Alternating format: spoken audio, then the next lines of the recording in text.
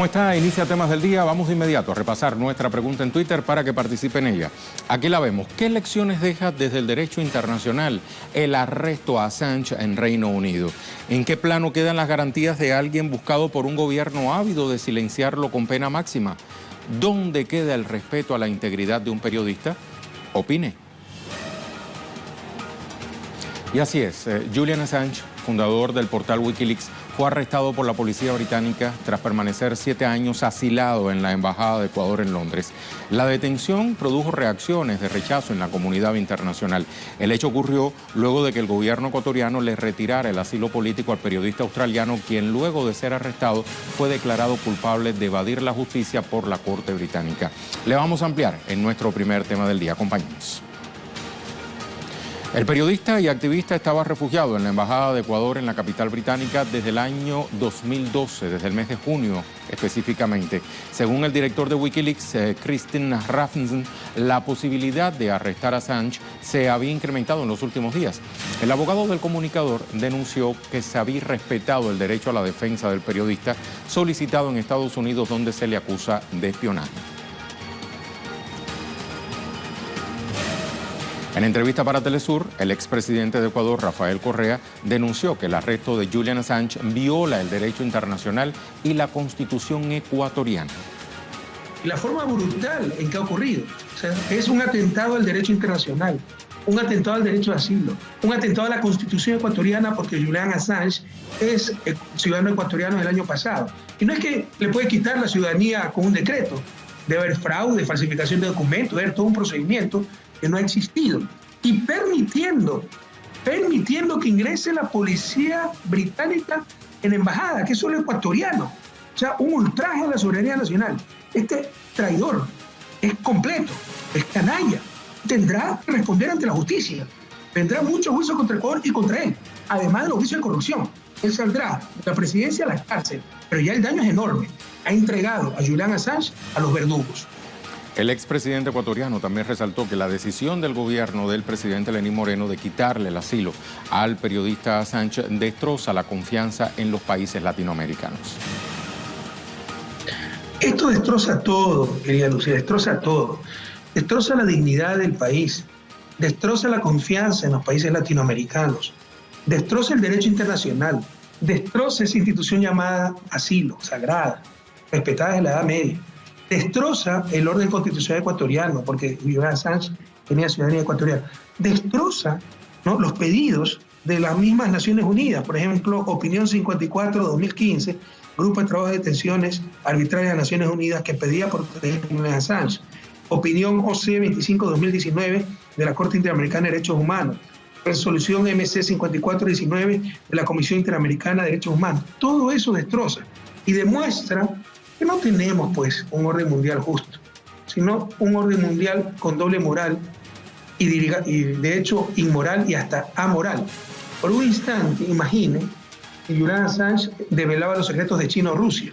Estaría siendo condecorado en Gran Bretaña, estaría siendo condecorado en Estados Unidos.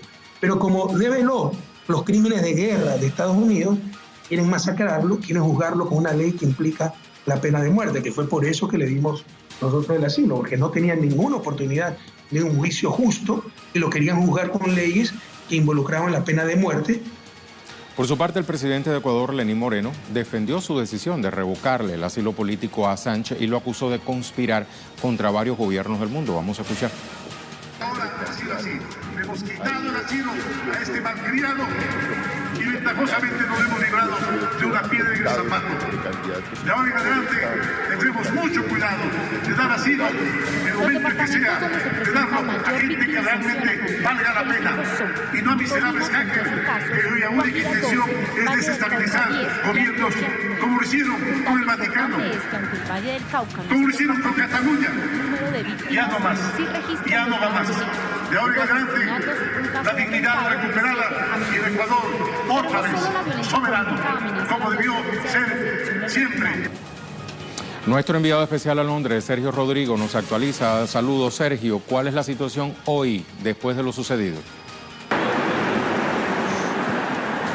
Muy buenas noches, un saludo muy fuerte a toda la audiencia de Telesur desde Londres, en concreto desde esta corte de Westminster, donde Julian Assange ha declarado hoy tras ser detenido por la Policía Metropolitana de Londres en la Embajada del Ecuador, donde posteriormente fue enviado hasta aquí, donde ha tenido que declarar, donde se ha declarado inocente. El periodista fundador de Wikileaks ha señalado en su comparecencia que es inocente, pero finalmente ha sido trasladado a una prisión a las afueras de la capital británica, donde, según los expertos, podría pasar entre 1 y 2 años, fecha en la que tardarían los procesos judiciales en extraditar al fundador de Wikileaks hacia los Estados Unidos. Se confirma que la detención se ha producido por una orden internacional de extraditación y eso ha generado sin duda las reacciones a nivel internacional, pero también aquí en el Reino Unido, donde la propia Theresa May se ha felicitado por esta detención. Sin embargo, las Naciones Unidas temen que se vulneren los derechos fundamentales de Julian Assange.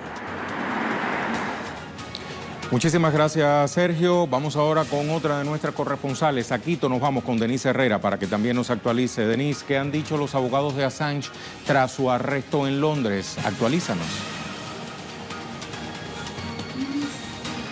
Hola Rey, qué gusto saludarte nuevamente. Así es, en la mañana, los exteriores de la Asamblea Nacional en Ecuador, la defensa técnica de Julian Assange en Quito, su abogado Carlos Poveda rechazó el anuncio de las autoridades ecuatorianas y reafirmó que tomarán acciones legales para evidenciar las decisiones al proceso de Julian Assange. Ellos expresan que no han podido defender completamente y que el Ecuador ha vulnerado ciertos derechos de Julian Assange. En este contexto también se preveía que el abogado de Julian Assange diera sus declaraciones dentro de la Asamblea Nacional. Sin embargo, no supimos cuáles fueron las razones que no permitieron el ingreso del abogado a la Asamblea Nacional. Así que las declaraciones de Carlos Poveda fue en los exteriores. También en este contexto se esperaba que la comparecencia del canciller José Valencia dentro de una resolución aprobada en respaldo a las declaraciones del presidente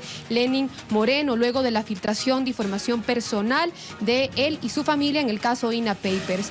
El ministro de Relaciones Exteriores compareció donde resaltó que Ecuador ha tomado esta decisión apegada a la ley y que ellos tienen notas oficiales, lo han descrito de esta manera, donde las autoridades británicas se comprometerían a no extraditar a Julian Assange. Inclusive, antes de la comparecencia del ministro de Relaciones Exteriores, el secretario particular de la presidencia, Juan Sebastián Roldán, ahondó en este tema y dijo que ellos han tomado esta decisión apegados a la ley y que ellos tienen la constancia de que las autoridades británicas no extraditarán a Julian Assange. Sin embargo, esta decisión ha causado el rechazo de varios sectores, como ha sido la bancada de la Revolución Ciudadana. El ex canciller Ricardo Patiño, en rueda de prensa en la mañana en Carondelet, fue acusado por la ministra del Interior, María Paula Romo, quien lo acusó de tener relaciones o vinculaciones con supuestos hackers que vivirían en Ecuador, que operarían para Wikileaks. Sin embargo, el ex canciller rechazó estas acusaciones, rechazó la decisión del gobierno de Lenín Moreno de retirar el asilo a Julian Assange y negó a conocer estos supuestos hackers que vivirían aquí en Ecuador. Recientemente también el canciller José Valencia hizo un llamado ahora a los medios de comunicación a una nueva declaración que dará en la Cancillería a las 4:30 hora Ecuador. Muchas gracias, Denise. Estaremos pendientes. También les recordamos que Amaury Chamorro, consultor y analista internacional, alertó a lo largo de la jornada que el periodista australiano podría ser condenado a muerte si se concreta su extradición a Estados Unidos. La Comisión Interamericana, la Corte Interamericana también deben actuar para obligar a que se cumpla la ley y que sea resguardados los derechos y que Julian Assange no sea vulnerado en su derecho, no solo a la defensa, pero al asilo, a la vida. Porque los Estados Unidos, y ahí con eso concluyo y te paso la palabra, los Estados Unidos habían escondido el pedido de extradición de Julian Assange, porque el juicio, la ley inglesa, la ley del Reino Unido no permite que una persona sea extraditada a un país que posiblemente pueden cometer una pena, pueden aplicarle una pena capital, como es el caso o de pena de muerte o prisión perpetua, que es lo que va a pasar con Julian Assange en el caso de que sea deportado.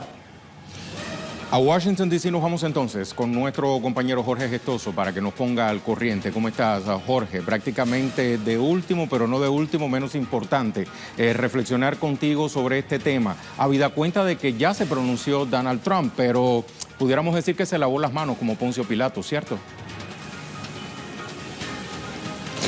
Que en realidad te digo que no es novedad porque es un experto en cantinflismo, es decir, depende de la hora y el día. Lo que dice, recuerdas que cuando era un candidato y Wikileaks reveló los mensajes de texto de la campaña de Hillary Clinton como le venía bien, decía que adoraba, que amaba a Wikileaks. Así que depende de la hora y el día y la circunstancia si tú eres un héroe o un villano. Lo que te cuento, Rey, es que en 20 minutos está previsto que comience una protesta, una manifestación frente a la sede de la Embajada del Reino Unido, la Embajada inglesa, justamente en repudio a esta situación, a este pedido de extradición de los Estados Unidos. Y que como habíamos hablado a lo largo del día también, Rey, sabemos que ya sabía Julian Assange desde hace mucho tiempo que hay una orden secreta, precisamente sellada, un pedido justamente de extradición en función de cargos como espionaje y también lo que tiene que ver con corrupción, en hackeo, en términos electrónicos. Así que esa acusación formal sellada en Virginia, que también habría hasta un jurado especial también organizado, se está confirmando cada uno de los pasos que Assange se la veía venir y que definitivamente la explicación, como lo veníamos ustedes explicando a lo largo del día, es Wikileaks revela una serie de datos que no convienen, que son incómodos para Lenín Moreno, que tiene que ver con supuestas cuentas secretas en paraísos fiscales. Eso enfurece a Lenín Moreno, le pasa la factura. ¿Cómo le pasa la factura?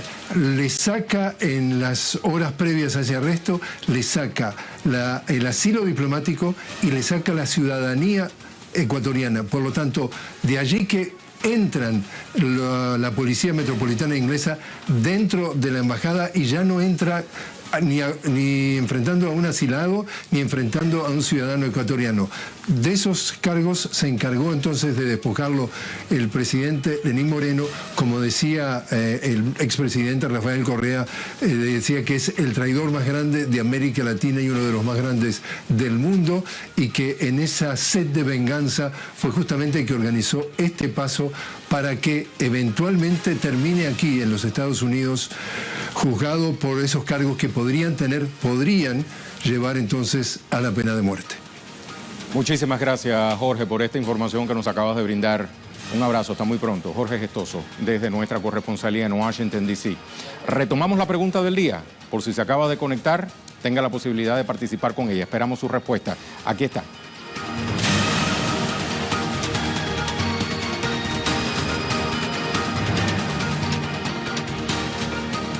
¿Qué lecciones deja desde el derecho internacional el arresto a Assange en Reino Unido? ¿En qué plano quedan las garantías de alguien buscado por un gobierno ávido de silenciarlo con pena máxima? ¿Dónde queda el respeto a la integridad de un periodista? Opine. Y nuestra imagen del día hoy nos lleva hasta Sudán. Miles de personas se dirigieron hacia el cuartel general del ejército portando banderas y coreando consignas contra el presidente Omar al-Bashir a la espera del pronunciamiento de la junta militar que presuntamente ya dijo que va a gobernar durante los próximos 2 años tras deponer al mandatario. Con estas imágenes nos vamos a la pausa.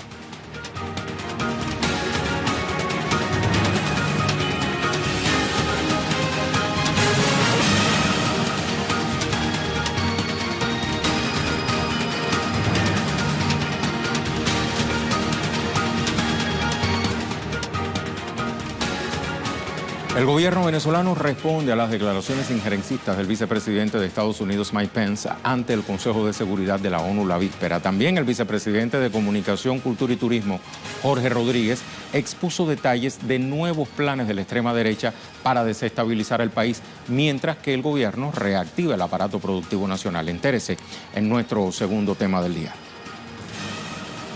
¿Pero qué encontramos? ¿Se acuerdan cuando empezó a aparecer la amenaza por parte del gobierno de Donald Trump de que iban a eliminar las transacciones con tarjetas de débito y con tarjetas de crédito? Fue planificado en este grupo, COCUN 2.0. Aquí está diciendo el señor Tarre, esto sería una hecatombe. 99% de las tarjetas de débito son Maestro, Mastercard, más del 70% de todas las transacciones son a través de puntos de venta Mastercard, Visa, colapsaría el sistema de pagos. Es decir, están en la planificación de esta acción. Esta fue la nueva denuncia formulada por el vicepresidente de Comunicación, Cultura y Turismo de Venezuela, Jorge Rodríguez. Y en paralelo, el pueblo venezolano se ha movilizado en tribuna antiimperialista a propósito de cumplirse 17 años del golpe de Estado del presidente Chávez. Leonel Retamal nos cuenta desde Caracas. ¿Cómo estás, Leonel? Participaste en parte de estas actividades en el centro de la capital venezolana. ¿Cómo se desarrollaron? Hola, Rey. Muy buenas tardes y también a toda nuestra audiencia. Como tú mencionas, estuvimos en el Puente Yaguno, que es un sitio muy simbólico aquí de Caracas y del pueblo venezolano en general, puesto que ahí hace 17 años, el 11 de febrero de 2002, se registraron hechos violentos, hechos que han marcado la historia reciente de Venezuela, con este intento de golpe contra el presidente en ese momento, Hugo Chávez, y luego la salida masiva y espontánea de la población a restituirlo a su cargo de mandatario. Hoy estaban reunidos ahí, como tú mencionabas, en este lugar, en Puente Yaguno, esta tribuna antiimperialista que ha tenido la función de debatir, conversar y plantear temas de lo que está ocurriendo fundamentalmente hoy aquí en Venezuela en materia política y social. Y también los nuevos antecedentes que llegan a cada rato en materia internacional. Recordemos lo que ocurrió con el caso de la Organización de Estados Americanos, donde se reconoció al enviado por el autoproclamado presidente de Venezuela, Juan Guaidó, que es actualmente diputado, y también las últimas declaraciones del vicepresidente de Estados Unidos, Mike Pence, en que presionó al Consejo de Seguridad de Naciones Unidas para que expulsara al enviado de Venezuela y pusiera en su lugar al enviado por Guaidó. Todos estos elementos que están configurando el debate político aquí en Venezuela están siendo discutidos aquí en esta tribuna antiimperialista, estableciendo los paralelos entre lo que fue aquel golpe contra Chávez en el año 2002 y lo que ocurre actualmente aquí en Venezuela. Se hacía el parangón entre Carmona Estanga y también Juan Guaidó, y cómo estos intentos desestabilizadores no han podido tener los resultados que espera la derecha venezolana y latinoamericana y hoy en día abiertamente Estados Unidos. Entonces, a través de actividades como foros políticos, también actividades culturales, musicales, artísticas y debate de personas que están concurriendo acá, que son dirigentes sindicales, trabajadores, dirigentes políticos y sociales, se ha podido ir estableciendo este punto de encuentro, de reunión, al que están convocando a toda la sociedad venezolana como un punto de reflexión.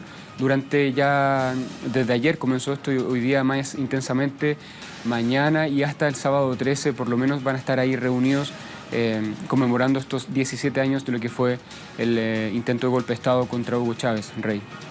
Muchísimas gracias, Leonel. Hasta muy pronto. Leonel Retamal, desde nuestra sala de prensa. Y la víspera, el presidente Nicolás Maduro lideró una jornada de trabajo con motivo de la reactivación del aparato productivo nacional. Vamos a revisar resultados de esta jornada.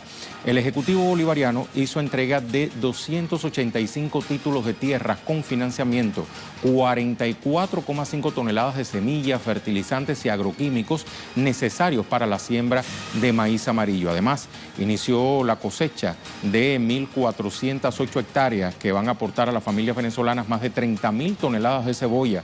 Finalmente, reinauguró una planta procesadora de arroz con capacidad para procesar 20 toneladas de ese cereal, específicamente el paddy. Lo va a hacer por día, más el 70% de su producción que será destinada a los CLAP, o sea, comités locales de abastecimiento a la población.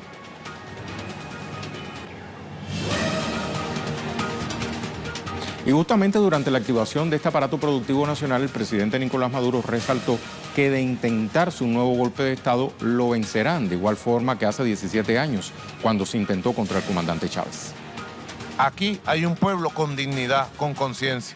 Y así como hace 17 años derrotamos el golpe de Estado que su imperio le dio al comandante Chávez, hoy el pueblo venezolano va a seguir derrotando los golpes continuos, la conspiración permanente y el deseo de ustedes de un cambio de régimen en Venezuela. En Venezuela manda la Constitución, en Venezuela manda el pueblo y seguirá siendo así.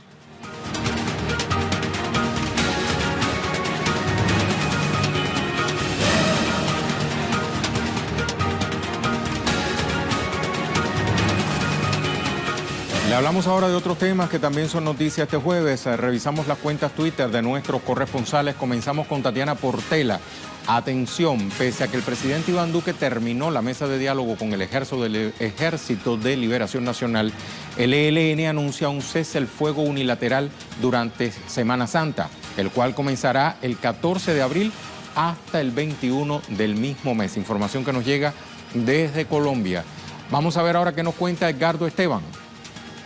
La seccional porteña de la Asociación de Trabajadores del Estado, la ATE, a cargo de Daniel Catalano, realiza un paro general con movilización. Es en demanda de un incremento salarial digno y en rechazo a la represión sufrida por el personal de la actividad. Vamos a escuchar.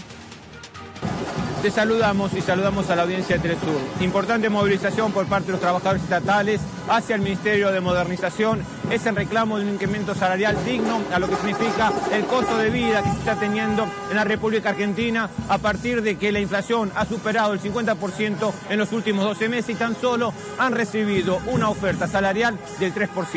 Desde esa perspectiva ya se ha anticipado que las medidas de fuerza van a continuar con distintos paros, si no hay una respuesta concreta por parte del gobierno nacional, a partir también del vaciamiento, en lo que significa las políticas de ajuste que tiene el gobierno neoliberal, de lo que significa también la falta de insumos, los despidos y las amenazas que se han empezado a producir en los últimos días a dirigentes gremiales y también a trabajadores en función justamente de esta protesta y de esta visibilización en lo que significa la situación compleja y difícil que viven los trabajadores estatales, en este caso de la ciudad de Buenos Aires. Importante movilización, reiteramos, hasta la sede del Ministerio de Modernización.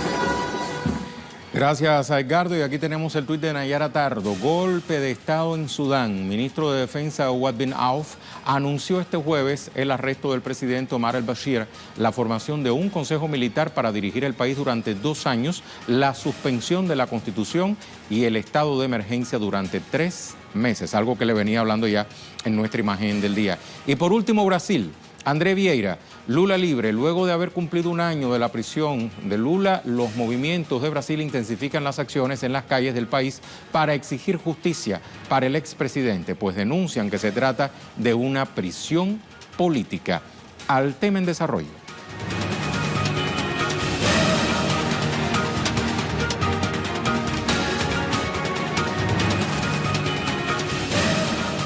Nuestro tema en desarrollo nos dirige hasta Chile. ¿Por qué? Porque los principales sectores de la sociedad iniciaron este jueves un paro nacional activo convocado por la Central Unitaria de Trabajadores.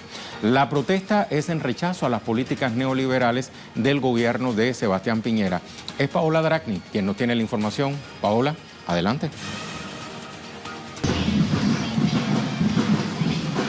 Así es, una nueva manifestación masiva aquí en la avenida central de Santiago de Chile, la Alameda, donde se han plegado no solo los trabajadores, sino también los estudiantes, los profesores, los empleados públicos, que hoy día han cerrado algunos de los servicios públicos importantes del país justamente para adherir a este paro activo en contra de todas las medidas neoliberales que el gobierno de Sebastián Piñera ha impulsado en los últimos meses y que podrían venir, porque hay que recordar que esta polémica reforma tributaria fue aprobada en la idea de legislar una reforma que retrocede los pocos avances que se habían hecho en torno a poder diversificar los destinos justamente de esta reforma tributaria, así como la reforma al sistema de pensiones, que en la propuesta del presidente Sebastián Piñera termina por sepultar los pocos avances del pilar solidario. Si bien se ha dicho que se va a abrir una posibilidad de hacer este pilar solidario, lo cierto es que hasta ahora esa reforma tampoco la ha incluido. Son estas y otras medidas que tienden a agudizar o a profundizar este modelo neoliberal y que los chilenos no están dispuestos a aceptar, y por eso han salido una vez más a la calle a dar una muestra concreta, además de unidad y transversalidad en los distintos movimientos sociales que continúan marchando ya hace 2 horas. Muchísimas gracias, Paola. Vamos entonces a recordar nuestra pregunta del día. Tenemos respuestas.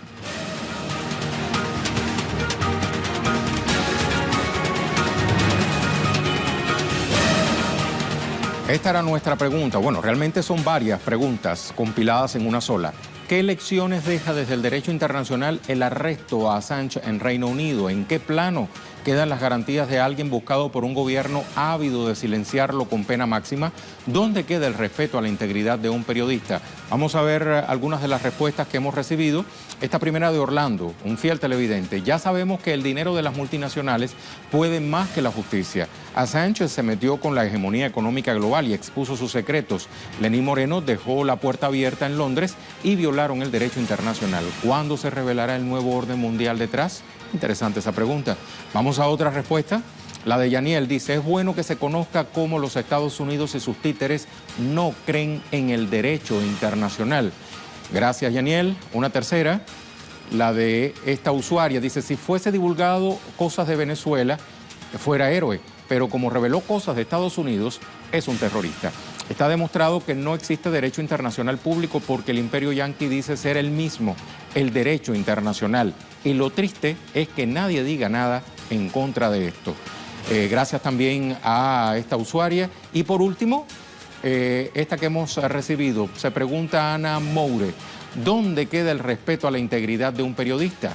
La imagen de la foto es la respuesta. Si me hacen el favor, vamos a bajar un poco para ver la fotografía que hemos posteado en nuestra pregunta del día, ya que esta usuaria dice que allí está la respuesta justamente. Bueno, muchísimas gracias por su participación. Nos vamos a dejar con el vídeo web del día, producciones audiovisuales que puede conseguir compiladas en la cuenta en Facebook de Telesur. Hoy le mostramos un vídeo sobre el 11 de abril de 2002 en Venezuela. Un golpe contra el entonces presidente Hugo Chávez que fracasó. Sin embargo, la derecha no ha dejado de intentarlo. Sepa cómo. Hasta la próxima.